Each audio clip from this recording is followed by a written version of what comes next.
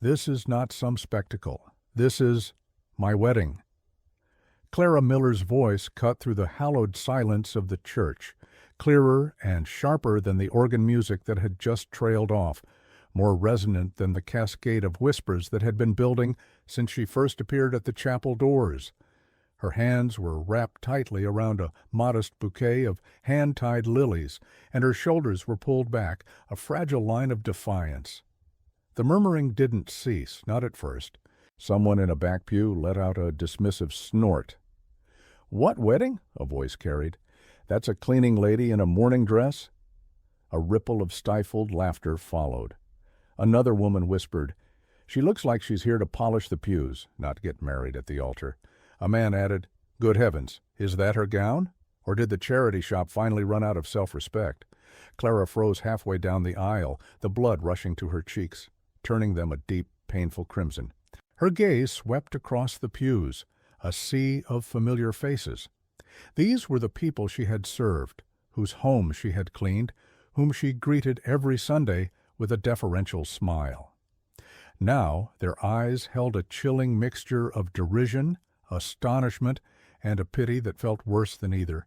Phones were angled, some with a pretense of stealth, others with none at all. "I see you," she said, her voice rising, loud enough to command the attention of every person in the room. "I see every single one of you." The laughter sputtered and died, replaced by an uneasy quiet.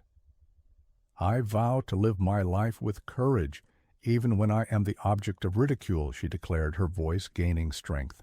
"I vow to love without seeking permission, even when I am told I am unworthy of it. And I vow to never ever allow the world to determine my value based on the clothes I wear, the size of my paycheck, or the man I choose to love." "Lies."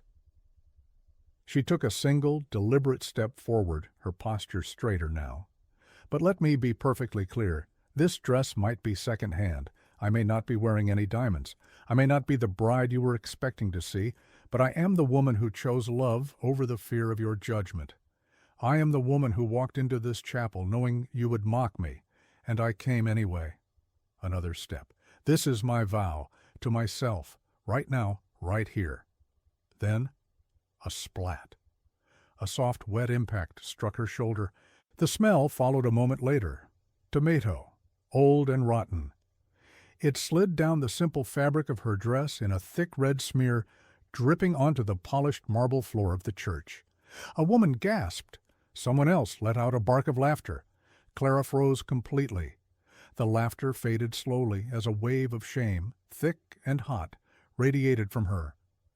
For a long, suffocating moment she couldn't draw a breath, couldn't form a word, couldn't even summon a tear. Her knees felt weak, threatening to buckle.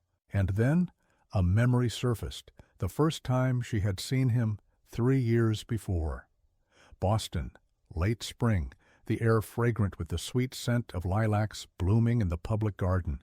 She had just finished a long day scrubbing floors in a grand Beacon Hill townhouse she could never imagine living in.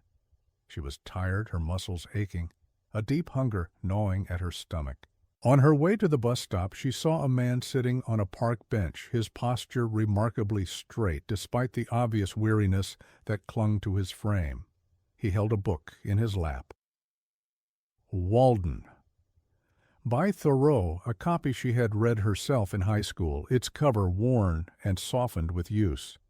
He looked as though he hadn't had a proper meal in days. She hesitated, then reached into her worn tote bag and pulled out the half-eaten sandwich she'd saved, wrapped neatly in wax paper. "I only took one bite," she offered, her voice soft. He looked up, his eyes a startling shade of gray, calm, intelligent, and filled with a profound gratitude. That was how it began. Every Tuesday after her shift, she would bring him something small, a sandwich, a bottle of iced tea, sometimes just a bad joke to make him smile. In return, he gave her stories, fragments of memories, quotes from Thoreau, from Emerson, from ancient philosophers and modern poets. He never asked for anything, never pleaded for money, never lied to her, or so she had believed. Back in the church, Clara stood frozen in the aisle, the memory flickering behind her eyes like a sunbeam through a shattered window. "Do you still want to go through with this?" someone whispered from a nearby pew. Another voice, a man's, snorted with contempt. "I think she's already done far too much." She tightened her grip on the bouquet, crushing the delicate lily petals. And then, from the altar, she heard footsteps. Samuel. He stepped forward, no longer just a man in an ill-fitting, oversized suit. He stood tall, his presence suddenly commanding. His voice rang out with a quiet, unshakable authority. "That's enough." The room went still. "My name is Samuel Thorne," he said, his voice clear and steady. "You may not recognize me dressed this way, but perhaps you've heard of Thorne Innovations. I founded it." A collective gasp swept through the chapel. He turned his gaze to the stunned crowd. 3 years ago, I walked away from that life. The company, the cars, the assistants who smiled with their teeth and held daggers in their eyes. I gave it all up, by choice. Beth Carter, Clara's friend, stood up from her seat, her face a mask of disbelief. "Why?" she asked, her voice trembling. "Why would anyone give that up?" Samuel didn't even blink. "Because not a single person around me was real, not one. Every yes I heard was a lie. Every smile was a calculation. When my mother passed away, the only people who came to her funeral were the ones who were paid to be there." He looked at Clara then, his expression softening. "Then I met her." He turned back to the crowd. "She didn't know who I was. She shared her food with me, she listened to me, she laughed at my terrible jokes, and not once did she ever ask what I had or what I'd lost. She saw me, not my bank statement." He took a deep breath, a flicker of raw emotion in his eyes. "I stayed silent because I didn't want her to fall in love with my past. I needed to know if she could love my present. I just needed to be seen." The chapel was so quiet, you could hear a pin drop. Clara stared at him, her eyes wide with a dawning horror. "You let me walk into this by myself," she whispered, the words barely audible. Samuel looked down, a shadow crossing his face. "I didn't know they would—" "Yes, you did," she cut him off, her voice sharp with betrayal. "You knew exactly how they would look at me, at us. You stood there and you said nothing because you were testing me. Samuel, you don't test the people you love. You protect them." She took a step back, her voice cracking but resolute. "I stood here and let myself be humiliated in front of half of Beacon Hill. I defended you when I thought you had nothing. And now I find out you had everything, and you let them throw a tomato at me as if I were garbage." A beat passed, then another. No one dared to speak. Even Beth had sunk back into her seat. Samuel's voice was low, filled with regret. "I never meant to hurt you." "But you did." She looked around at the guests, at their shocked and pitying stares, at her ruined dress, and then she did something no one could have anticipated. She straightened her back, lifted her chin, and turned to face the crowd one last time. "I came here in this dress because it was all I had. I chose him because he made me feel like I was more than just a maid, and I walked down this aisle, believing that love was worth this." She took one final shuddering breath. "Maybe it still is, but not like this." And with that, Clara Miller walked back down the aisle alone. The same way she had entered, only this time she walked not in shame, but in choice. The heavy oak doors of St. Cecilia's Church swung closed behind Clara, muffling the whispers and gasps that still echoed in the sanctuary. Outside, the humid Boston air wrapped around her like a damp shroud. She inhaled it with a shudder, the salt of her tears mixing with the salt of her sweat. Her simple shoes clicked against the stone church steps as she descended slowly, the ruined gown dragging behind her, stained red from the tomato, and darker where the hem had collected the dust of the aisle. She hadn't realized how still and rigid she had been holding herself until she felt the open air on her face. Inside, the crowd had stared at her as if she were on trial. Out here she was just a woman standing alone on a cracked sidewalk, holding flowers that no longer resembled a bouquet, but a fistful of broken stems. Her hands trembled. She let the lilies fall. The bruised white petals scattered in the breeze, landing in the gutter. She pressed a hand to her chest, her heart hammering against her ribs as if trying to break free. "Clara!" a voice called from behind her. She turned. Beth Carter, breathless, had followed her out. Her friend's face was pale, a storm of conflicting emotions in her eyes. Beth glanced over her shoulder toward the church, then back at Clara. Don't just walk away like that," Beth pleaded. "He just told everyone he's a billionaire. That man, Sam, or Samuel, whatever his name is, he's not who we thought he was. You're about to throw away the chance of a lifetime." Clara stared at her. A chance of a lifetime? To be what, Beth? To be lied to and humiliated in front of the entire city? Beth bit her lip. He explained why. "No!" Clara's voice cut like glass. "He justified. There's a difference." Beth looked down, ashamed. "I just don't want you to regret this." "I already regret it," Clara whispered, her throat aching. She turned away and began walking down the quiet street, her dress catching on a splintered board near the steps. She yanked it free, the sound of tearing fabric barely registering. She didn't stop. Beth didn't follow. Clara walked past the church's wrought iron gate and onto the uneven sidewalk of a side street on Beacon Hill. Her neighborhood wasn't far. She had walked this route 100 times in better shoes, usually carrying groceries, sometimes just the weight of exhaustion. Today she carried nothing, not even the bouquet. The sound of the church bells behind her seemed to mock her, their melody too sweet for the bitterness coiling in her chest. Her mind replayed the last hour like a cruel flickering film, the sneers, the rotten tomatoes splattering against her shoulder, Samuel's voice rising above the crowd, calm and composed, explaining to strangers what he hadn't trusted her enough to tell her. And worst of all was the way the guests had shifted instantly from mockery to awe the moment they heard the word billionaire. That had hurt as much as the tomato, perhaps more. At the corner market, an old man sitting on a crate tipped his hat as she passed. "Wedding dress?" he asked, his brow furrowed in confusion at the state of her gown. She didn't answer. She kept walking until she reached the small apartment building on Myrtle Street. The paint was peeling from the shutters, and the porch light had been burned out for months. But it was home. She climbed the stairs, each creak of the old wood echoing like a sigh. Inside her apartment, the silence pressed in on her. She shut the door, leaned her forehead against it, and finally let the tears fall. She cried not because she had lost a wedding, but because she had lost the illusion that someone had believed in her enough to stand beside her without conditions. She had carried Samuel in her heart as a man who needed nothing but love, who had given her the dignity of being truly seen.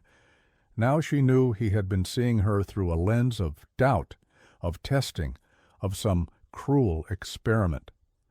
She stumbled into the bathroom and caught sight of herself in the mirror. The tomato stain had spread across her shoulder like a grotesque wound. Her face was streaked with tears and sweat. Her eyes were red and swollen. She looked like a fighter who had stepped into the ring utterly unprepared. She ripped the dress from her body, the seams giving way with a sound that felt like a release. She stood in her slip, breathing hard, staring at the heap of lace and shame on the floor. "This isn't me," she whispered. "Not any more." Her phone buzzed on the counter. A dozen missed calls. Samuel's name again and again. She turned it face down. The silence after each buzz was almost a comfort. Another knock came at her door not long after, heavy and measured. "Clara!" His voice. She froze. He had followed her. She gripped the edge of the sink, willing herself not to move. "Clara, please, just let me explain. Not to them, to you." She squeezed her eyes shut, her pulse thudding in her ears. "I left that life because it poisoned me," he continued through the door. "I kept it from you because I needed to believe someone could love me for more than the man in the headlines, You don't know what it's like to doubt every touch, every smile. To know that grief makes you pray, she thought. She opened her eyes. Her reflection stared back, hollow and broken. You should have trusted me, she whispered to herself. You should have trusted me enough to tell me the truth before I stood there, covered in their hate. She didn't open the door. He waited for a long moment. She could hear him breathing, steady but heavy. Then his footsteps receded down the hall. Silence again. Clara sank onto the floor, her back against the cool tile. The tears slowed, leaving behind an ache that was less like fire and more like emptiness. She thought of the first sandwich she'd given him, the way his eyes had lit up with gratitude. She thought of their conversations on the park bench, the quiet laughter. She thought of the man who seemed to carry dignity, even in rags, and she wondered which one was real, the man on the bench or the man who had just walked away from her door. Outside, the evening traffic began its low hum. Life went on, indifferent to broken dresses and broken vows. Clara pulled herself up, gathered the ruined gown from the floor, and stuffed it into a trash bag. She tied it shut with a knot that felt final. She didn't know what tomorrow would hold, but she knew tonight she would sleep alone. Not as a maid, not as a bride, but as a woman who had chosen herself. And for now, that would have to be enough. Morning came heavy and gray. The blinds in Clara's small apartment let in strips of Boston sunlight that fell across the floor like shards of glass. She lay on the couch, her back stiff from having refused the bed. The trash bag holding the ruined wedding dress still sat by the door, a silent, accusing reminder of yesterday's collapse. The lilies she'd dropped outside the church had long since been swept into the gutter, she imagined, by either the morning street cleaner or simple indifference. Her phone buzzed again. She didn't reach for it. She didn't need to. She already knew whose name lit up the screen. She let it vibrate against the counter until it stopped, then exhaled a breath she hadn't realized she'd been holding. A knock followed soon after, softer than last night. 3 raps, hesitant. She didn't move. After a long pause, the footsteps retreated. Silence settled once more, wrapping around her like a second skin. Clara rose slowly and made herself coffee. The bitter scent filled the air, sharp and grounding. She leaned against the counter, sipping from a chipped mug, staring out at the street below. Children rode scooters past uneven cobblestones, their laughter a sharp contrast to the dull ache in her chest. Life had not stopped for them. Why should it stop for her? The phone buzzed again, but this time it wasn't Samuel. It was Beth. Clara hesitated, then answered. "What?" Beth's voice came quick and tense. "Clara, they're talking about it. Everyone. Facebook, Twitter, even the Boston Globe. Somebody uploaded the whole thing. Your vow, the tomato, his reveal, everything. It's everywhere." Clara shut her eyes. Heat flushed her cheeks again, but this time it wasn't from shame. It was from exhaustion. "Of course they did. No, you don't understand. People aren't laughing anymore. They're divided. Some people think you're brave. Some think you're crazy. And Samuel, whatever. People are digging into him. They know who he is now. They know he walked away from billions. They're calling you the maid who said no to a billionaire." Clara let out a brittle, humorless laugh. "That's not a headline I ever wanted," Beth sighed. "I know, but it's the one you've got. Look, I'm sorry, Clara. I shouldn't have judged you so harshly yesterday. I just—" Her voice faltered. "I didn't want to see you get hurt, but you were, and I didn't stop it. I made it worse." Clara swallowed, the first time since yesterday. Her voice softened slightly. "You were scared for me. I get it. But, Beth, you joined them. You laughed with them, even if you didn't mean to." Beth was silent on the line. Finally, she whispered, "You're right." Clara ended the call gently, without anger. She set the phone down and took another sip of coffee. The bitterness steadied her. Hours passed. She tried to distract herself with chores, but Everything she touched reminded her of him. The half-read books on her shelf, the sandwich bags in the kitchen, the small missal with notes she remembered him quoting. Their conversations echoed in her head like ghosts that refused to leave. By mid-afternoon, another knock came, firmer this time. She considered ignoring it, but something in her gut shifted, urging her to look through the peephole.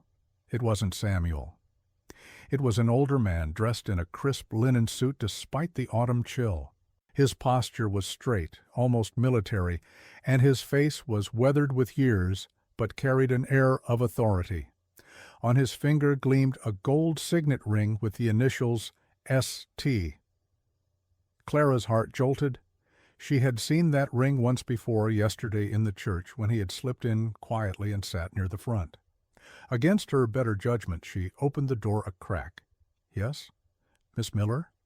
His voice was low, resonant. "My name is Edward Thorne. I'm Samuel's uncle." Clara hesitated, then opened the door wider. "What do you want?" Edward studied her for a long moment before speaking.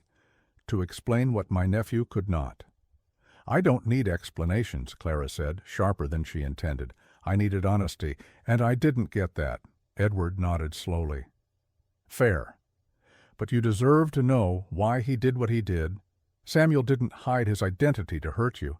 He hid it because the weight of it nearly killed him once. You've heard of Thorne Innovations? What you haven't heard is what it cost him." Clara crossed her arms, wary. "And you expect me to believe he vanished because of his feelings?" "Not feelings. Betrayal." Edward's eyes hardened. When his mother was dying, the people closest to him were nowhere to be found. They smiled at her funeral and were signing contracts before the flowers had even wilted.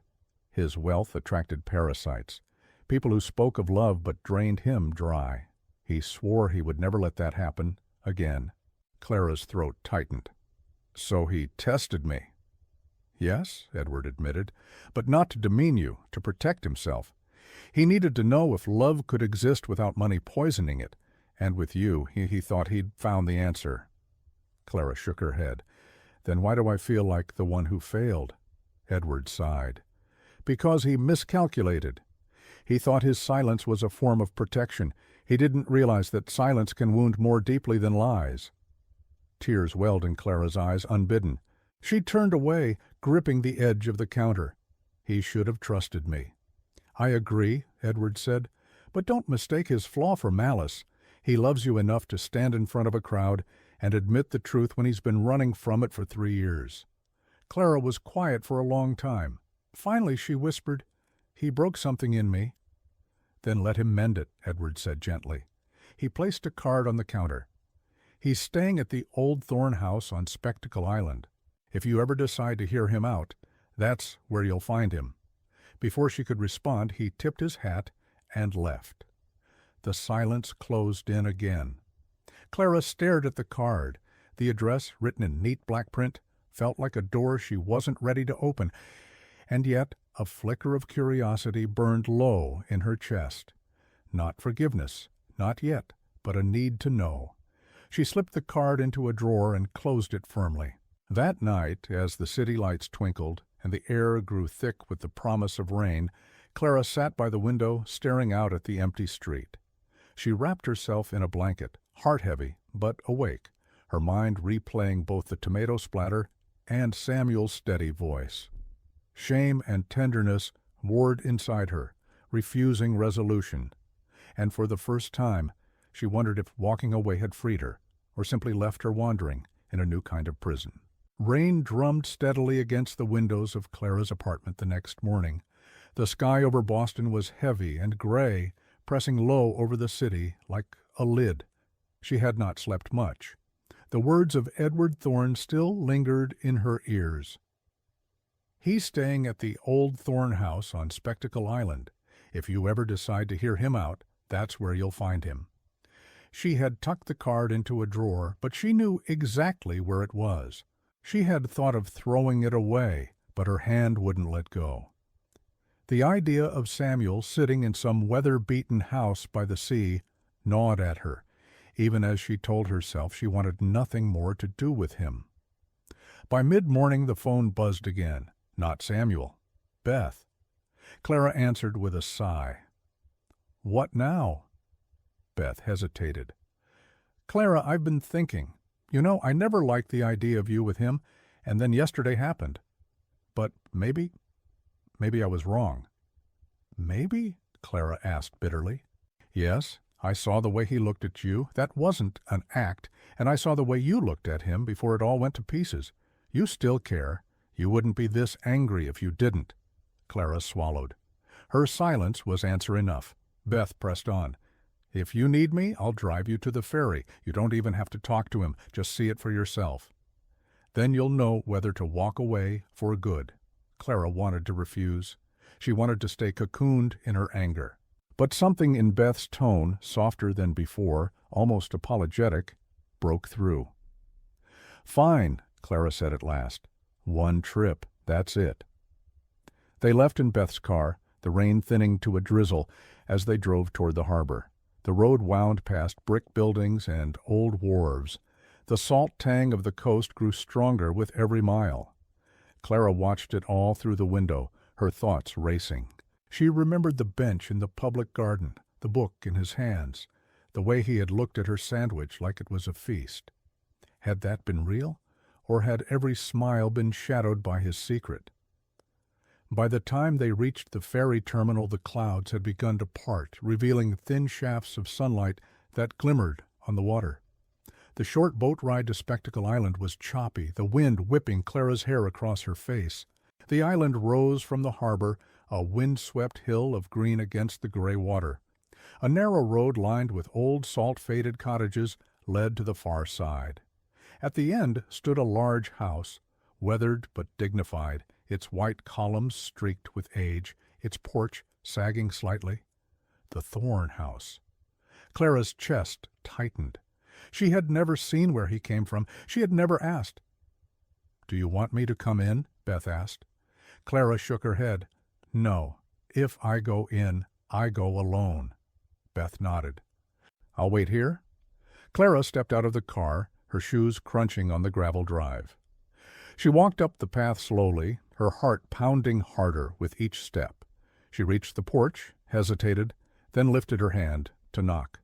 The door opened before she could. Samuel stood there. He was not in a faded suit this time. He wore a simple shirt, sleeves rolled to the elbows, and jeans. He looked older than she remembered, more worn, but his eyes, those steady gray eyes, were the same. "Clara," he said softly. Her throat went dry. She had rehearsed so many words on the drive, but now none came. She stepped back slightly. "I shouldn't have come." "But you did," he said. "I just wanted answers," she managed. "Then come in." The house smelled faintly of cedar and sea air. The foyer opened to high ceilings and worn wooden floors. Old portraits lined the walls, stern ancestors with the same gray eyes staring down from gilded frames. The place felt both grand and haunted, like a museum that had been left behind. Samuel led her to a sitting room overlooking the water.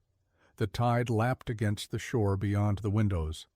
He gestured for her to sit. She stayed standing. "I don't know where to start," he admitted. "Start with why," she said.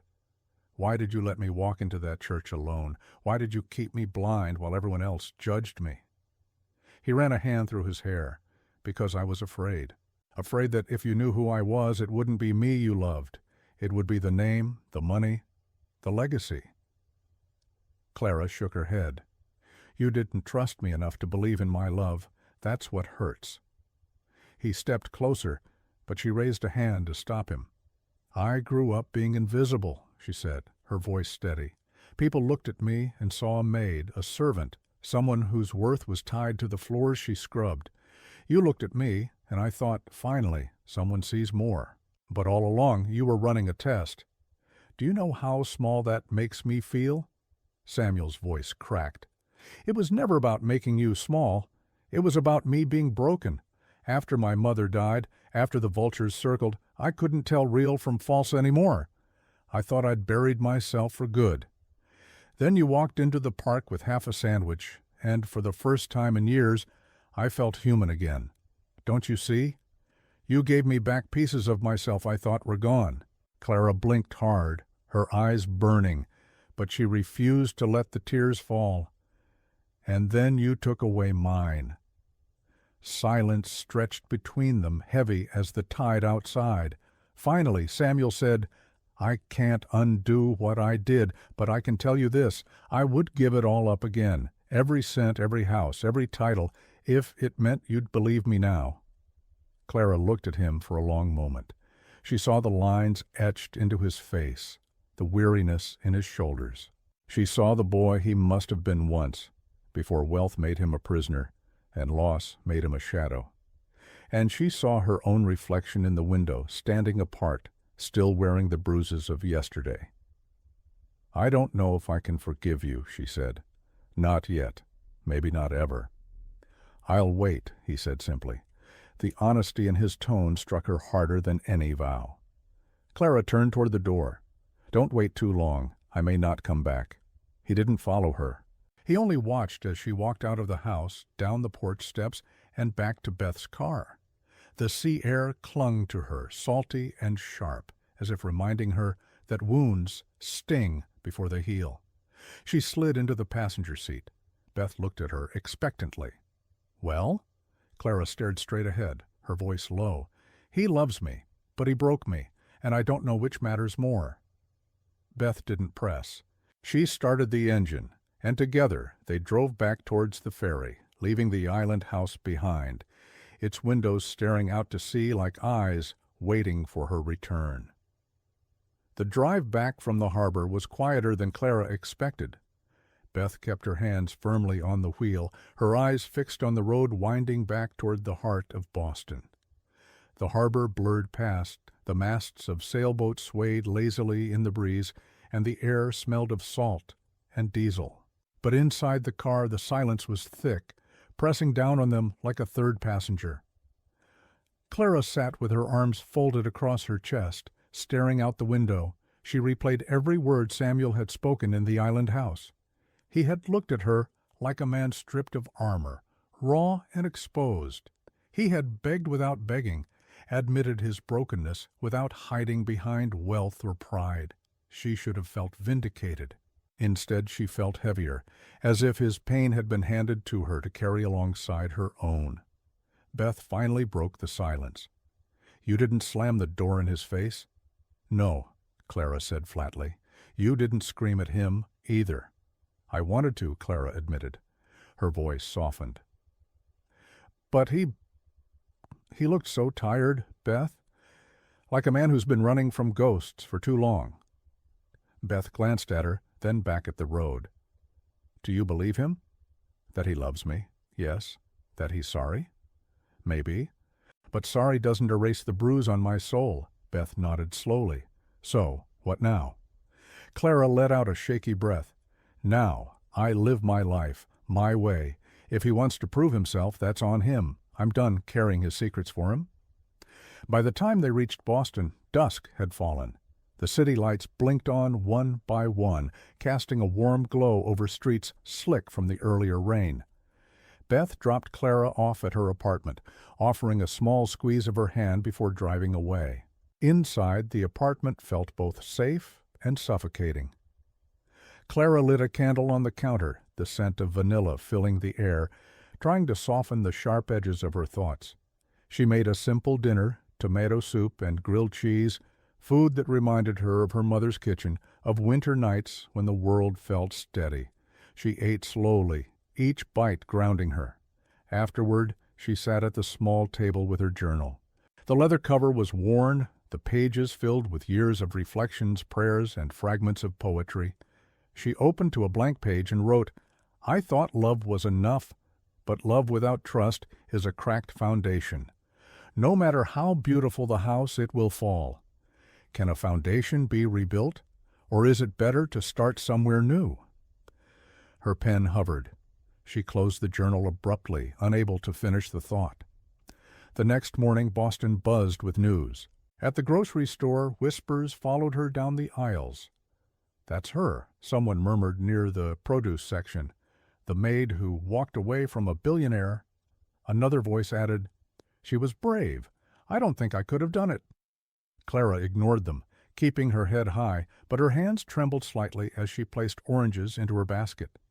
The attention was suffocating. She hadn't chosen to become a spectacle. She had only chosen herself. Back at the apartment, she found a letter slipped under her door. The handwriting was unmistakable. Samuel's, neat and deliberate. She hesitated before opening it. Clara, I don't expect you to forgive me quickly. I don't expect you to erase what happened. But I need you to know that I am not running anymore. For the first time, I'm ready to face my life, my family, and my mistakes. I want you to be part of that life, but only if you choose it. If you can't, I'll still carry gratitude for the way you saved me when I was nothing. You saw me. That will never leave me. Always, Sam. Her throat tightened as she read. She folded the letter carefully, tucking it into her journal without writing a response. Later that afternoon, Beth stopped by with groceries of her own. She dropped the bags on the counter and said, "You know, people online are calling you a hero?" Clara raised an eyebrow. "A hero for what? Walking away?" "For standing up for yourself," Beth said firmly, "for refusing to let money decide your worth. Women are posting your words from the church, that vow you made. It's everywhere." Clara flushed. It wasn't a speech, it was survival. Sometimes survival sounds like courage to people who don't know how to fight for themselves, Beth replied. The thought unsettled Clara. She hadn't wanted to be anyone's symbol. She only wanted to be free. But maybe her pain had carved a space for others to see themselves. That night Clara dreamed of her mother. She saw her standing in a kitchen bathed in golden light, stirring a pot of stew, humming softly. Her mother turned, her eyes warm but serious. "Sweetheart, don't mistake strength for solitude. You don't have to carry the world alone, but you do have to choose the hands you trust." Clara woke with tears on her cheeks. The candle long burned out. The dream clung to her like a whisper she couldn't shake. The following day, she decided to walk through the public garden. It was there everything had begun, where she had offered a sandwich to a stranger who carried Thoreau's words like armor. The benches were damp from dew. The fountain gurgled softly. Children chased pigeons across the grass. She sat on the bench where she first saw him, running her fingers across the worn wood. For a moment, she almost expected him to appear, book in hand, eyes tired but gentle. Instead, an elderly woman shuffled past with a cane, pausing to nod at Clara. "Lovely day," the woman said. "Yes, ma'am," Clara answered, her voice soft. As the woman walked on, Clara whispered to herself, "This was real. Whatever happens now, what I felt here was real." She stayed on the bench for hours, letting the world move around her. Slowly her heart steadied.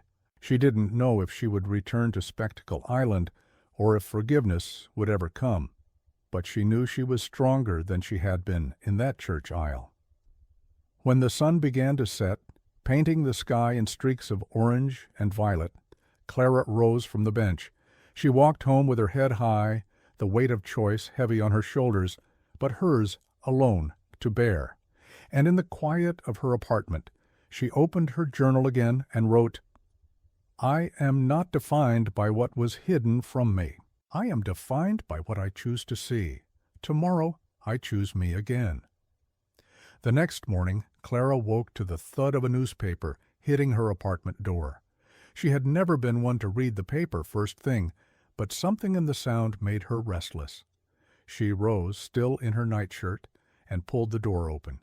There it was, folded neatly, with bold letters screaming across the front page, "The Maid Who Said No." Her stomach sank. She picked it up and carried it inside, her hands trembling slightly. On the second page was a photo, grainy but unmistakable, of her in the ruined dress standing in the church aisle with tomato sliding down her shoulder.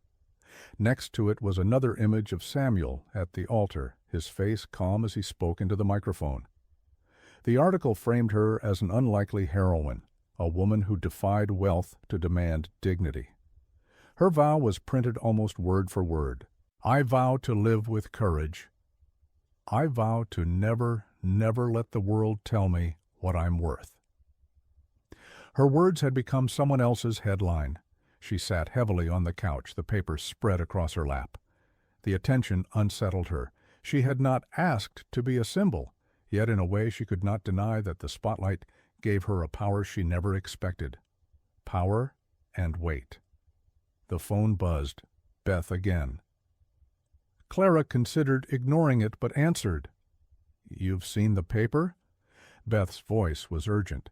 "I'm looking at it now. They're not just talking about you in Boston. It's gone national, Clara. Morning shows, radio. People are calling you the woman who walked away from billions." Clara closed her eyes. "That's not who I am." "It's who they think you are," Beth said gently, "and maybe that's not such a bad thing. People are rooting for you. For once, you're not the maid in the background. You're the front page." Clara hung up soon after, unable to bear more. She set the phone aside and went to the window. Outside, neighbors walked past, some glancing up toward her apartment. She ducked back, uneasy. By afternoon, the knocks began. Curious reporters, neighbors pretending to check in, a woman from church carrying banana bread, but mostly fishing for details. Clara answered no one. She let the knocks echo, then fade. But in the evening, one knock sounded different. Slower, firmer, almost like before. She froze. Her heart knew before her ears did. "Clara," Samuel's voice said through the door. She clenched her fists. For a long moment she didn't move, but something, anger, longing, unfinished words, pulled her to the door. She opened it halfway, keeping the chain on. He stood in the hallway, dressed simply again, his eyes shadowed by sleepless nights. He held nothing, no flowers, no gifts, only a folded envelope in his hand. "What do you want?" she asked, her voice brittle. "To tell you that I'm not hiding any more," he said. "You saw the paper. The world knows now. There's no going back." "I didn't ask for that." "I know," his voice was quiet. "But maybe it's better this way. No more lies, no more masks." He held up the envelope. "This is for you." She didn't take it. "What is it?" "My resignation," he said, "from Thorne Innovations. It's done. I've signed the papers. I'm not the billionaire who walked away anymore. I'm just a man trying to figure out how to be worthy of the woman he loves." Her chest tightened. "And you think a piece of paper fixes everything?" "No," he admitted. "But it proves I'm serious. I'm not asking you to marry me, not today. Maybe not ever. I'm asking you to let me try to rebuild what I broke." She studied him through the narrow gap in the door. His eyes didn't waver. He looked stripped bare, as if he had left every ounce of pride back at the island house. Clara wanted to slam the door. She wanted to fling it wide open. Instead, she closed it gently, leaving the chain still fastened. "I need time," she said softly. "Time to decide if I can trust you again." "I'll wait," he said, his voice steady. Then, after a pause, "I'll always wait." His footsteps faded down the hall. She leaned her forehead against the door, breathing hard, the envelope still lying just outside. After several minutes, she opened the door fully and picked it up. Inside were the resignation papers, notarized and official. At the bottom, his signature, Samuel Thorne. She sat on the couch, staring at the paper. Tears blurred her vision. She folded it and slipped it into her journal next to his first letter. The pages now held fragments of a love story more complicated than anything she could have imagined. That night she lit another candle and sat in silence, listening to the rain return against the window. She thought of her mother's words in the dream. "Don't mistake strength for solitude.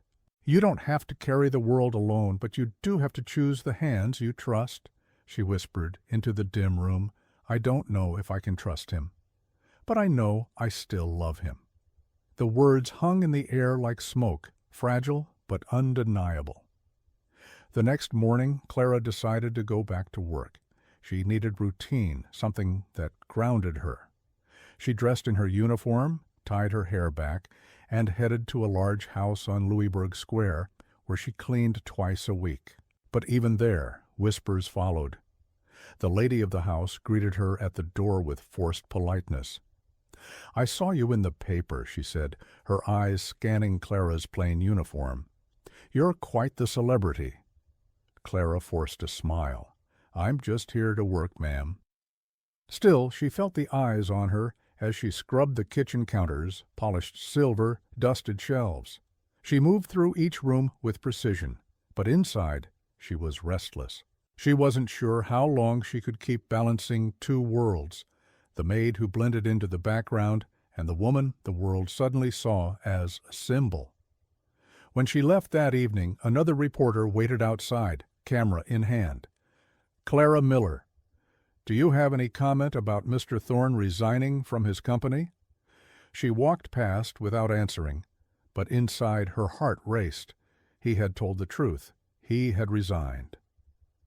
That night she wrote in her journal again. "He says he will wait.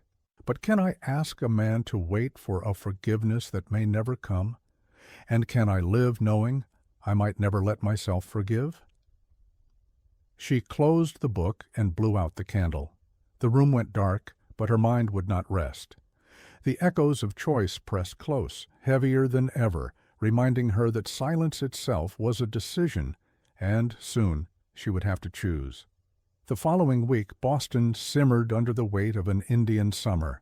The air clung thick against Clara's skin as she made her way back from work. She carried her cleaning supplies in a canvas bag, her head bowed to avoid the curious stares that still seemed to follow her wherever she went. No matter how hard she tried to move on, the world wouldn't let her.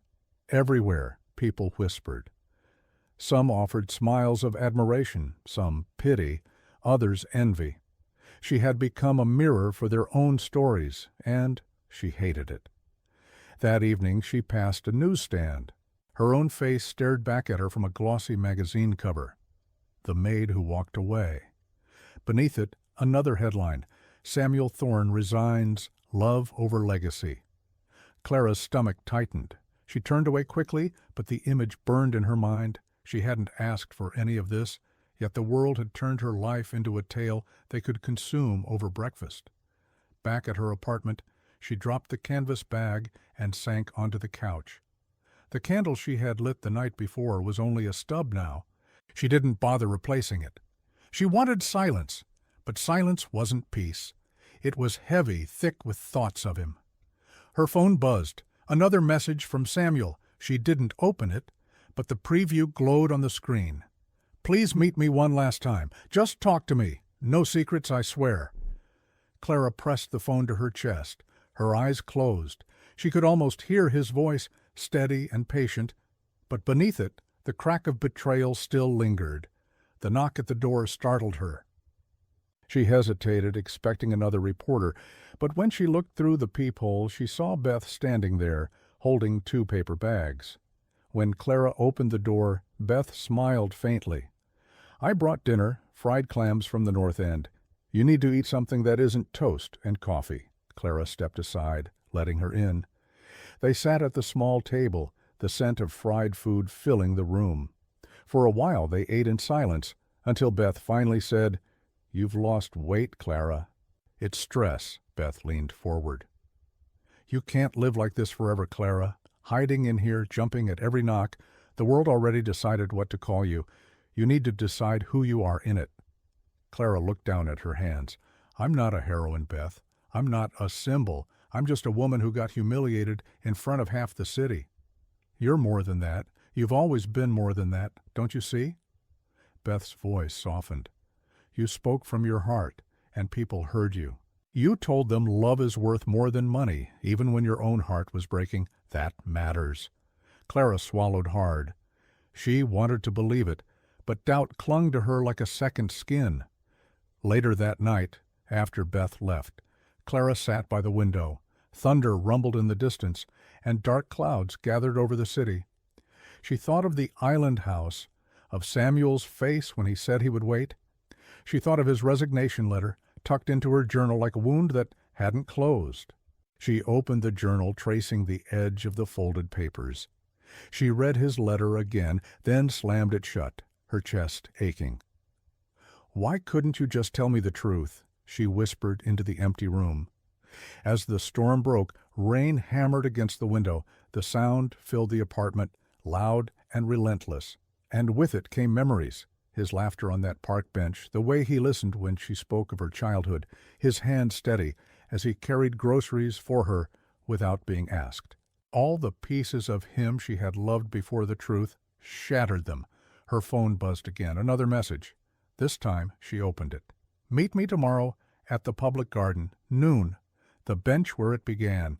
If you don't come, I'll understand, but I'll be there." Clara stared at the screen, her pulse quickening.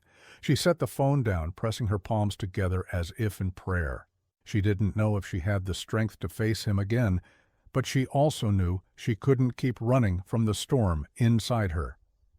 The next morning, Boston glistened from the night's downpour. The air was fresher, lighter.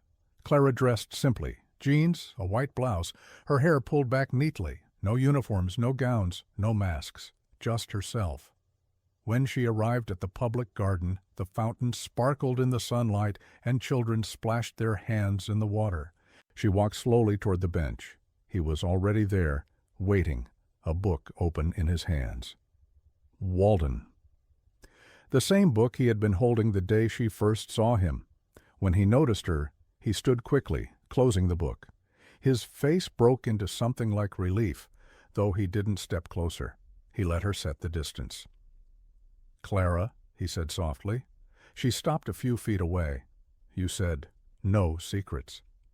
"No secrets," he promised. He held up the book.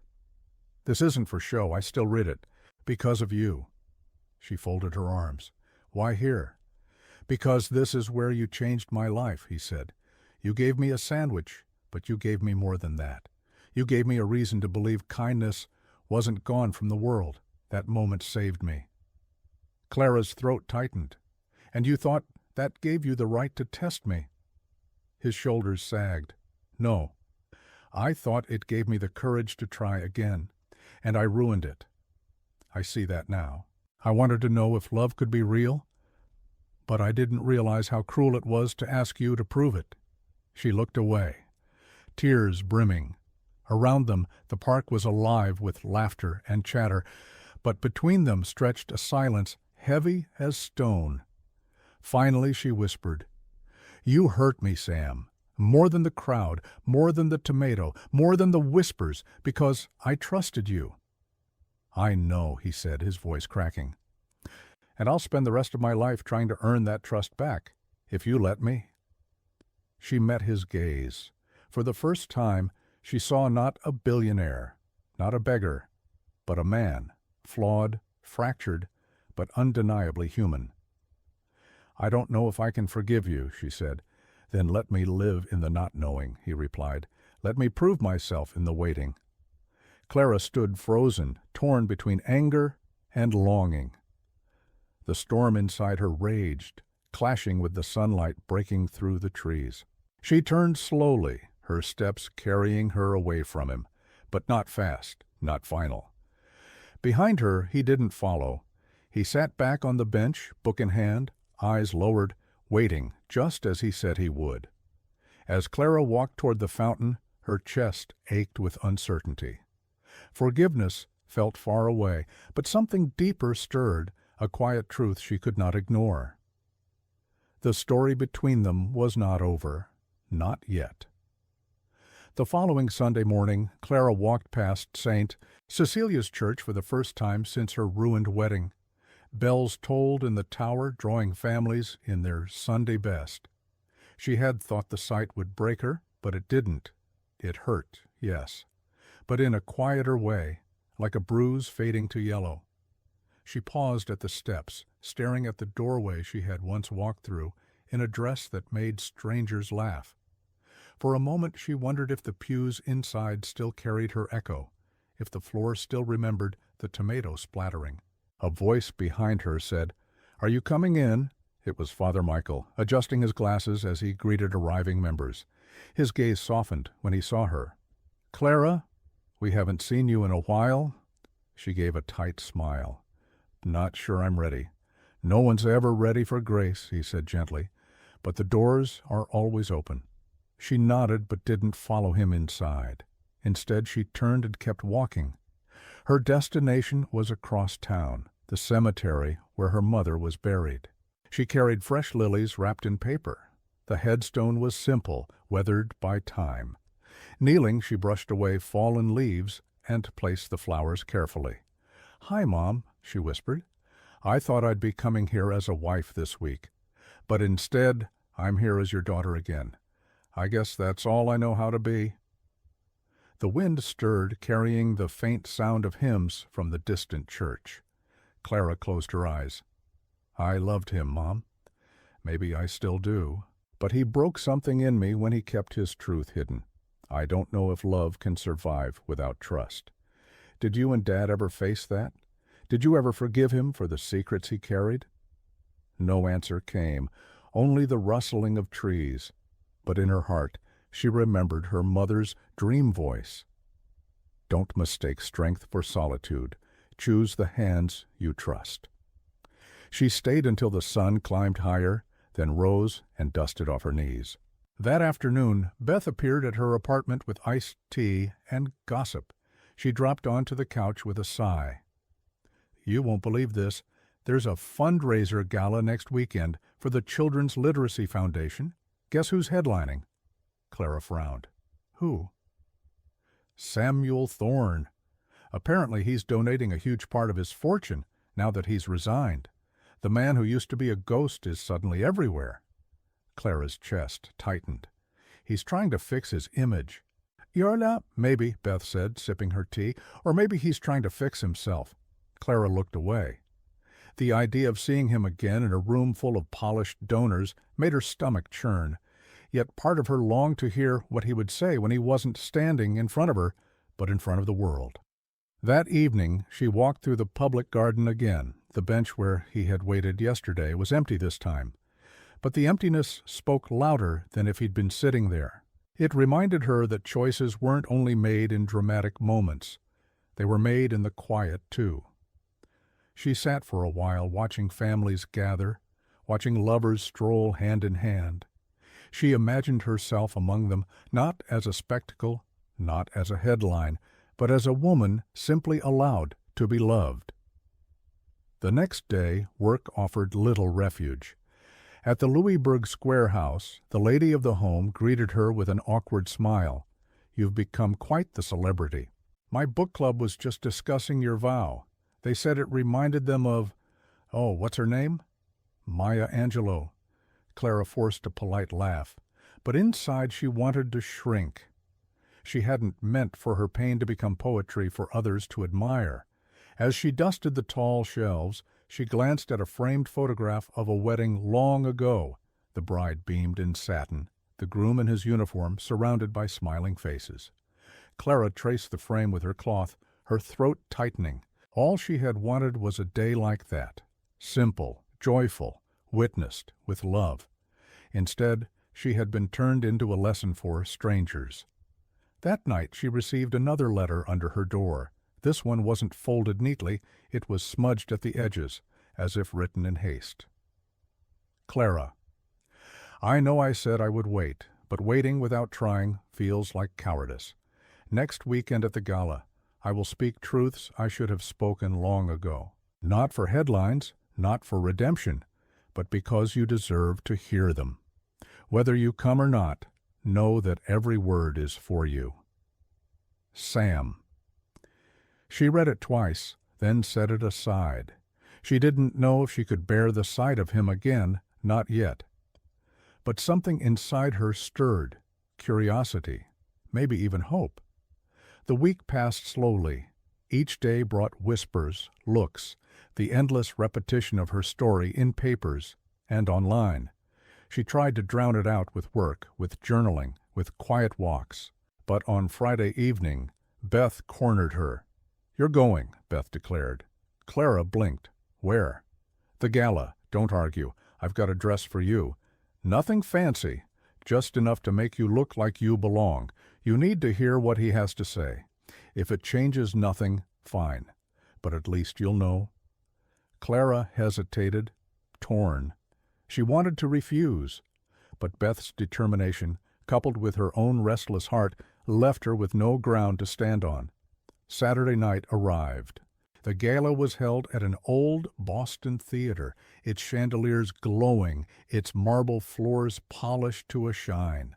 Donors in evening gowns and tuxedos mingled, champagne flutes in hand. Clara felt out of place the moment she stepped in, wearing Beth's borrowed navy dress, simple but elegant. Beth squeezed her arm. "Head high. You've faced worse crowds." Clara nodded, though her stomach churned. The room quieted as Samuel stepped onto the stage. He looked different, still himself, but steadier, more grounded. He adjusted the microphone, scanning the audience. His gaze brushed past Clara, but did not linger, as though respecting her space. "Good evening," he began, his voice filling the hall. "Many of you know my name, but most of you don't know my story. 3 years ago, I walked away from the company I built because I had lost faith in the people around me. I lived like a shadow, hiding from wealth and power, searching for something real." Clara's chest tightened. "I found it," Samuel continued, "not in boardrooms or banks, but on a park bench, when a woman offered me half her lunch without asking for anything in return. She didn't see a billionaire. She didn't see a project. She saw a man." The audience listened, rapt. Clara's hands curled in her lap. "She taught me that love and dignity are worth more than all the wealth in the world. And though I failed her by hiding my truth, she saved me nonetheless. Tonight, every dollar I give is not to redeem myself, but to honor the gift she gave me, to be seen." Applause thundered through the hall. Samuel stepped back, his eyes glistening, but he never looked directly at Clara again. She sat frozen, her heart pounding. Around her, people rose to their feet. Beth leaned close and whispered, "He meant every word." Clara blinked back tears, unsure if they came from hope, grief, or both. She stood slowly, her gaze fixed on the man who had broken her, the man who was trying to rebuild. But even as the applause echoed, she felt the seat beside her remain empty, a reminder that though the world might cheer for love, the decision still lay within her heart alone. The applause in the Boston theater rolled like thunder, rattling through Clara's bones. People clapped, cheered, even whistled. Some wiped their eyes, others nodded at each other as if they had all witnessed something profound. Samuel stood on the stage, his hands folded, his gaze lowered, the weight of his confession hanging in the golden light of the chandeliers. But not once did his eyes meet hers. Clara remained standing, though not clapping. Her palms were pressed together in front of her chest, her breath shallow. To everyone else, this was a redemption story, a man finally laying down his pride to honor love. But to her, it was messier, rawer, a wound not yet healed. When the applause finally died, the crowd shifted back into clusters of chatter. Champagne glasses clinked. Donors congratulated each other for being present at what they called a historic speech. Reporters scribbled in notebooks. Beth touched Clara's elbow. "Are you okay?" Clara forced a nod. "I need air." She slipped out through a side door of the theater into the cool night. The air smelled of exhaust and damp pavement. The street was quieter, though she could still hear the muffled hum of the gala inside. She leaned against the brick wall, closing her eyes. Her vow at the church, the rotten tomato, the resignation papers, his letters, all of it came crashing back in fragments. She felt like she was standing on a bridge, one side rooted in betrayal, the other in the possibility of forgiveness. But the planks beneath her feet were thin and splintered. "Running away again?" The voice was low, steady. She opened her eyes. Samuel stood a few feet away, his jacket off, his sleeves rolled up.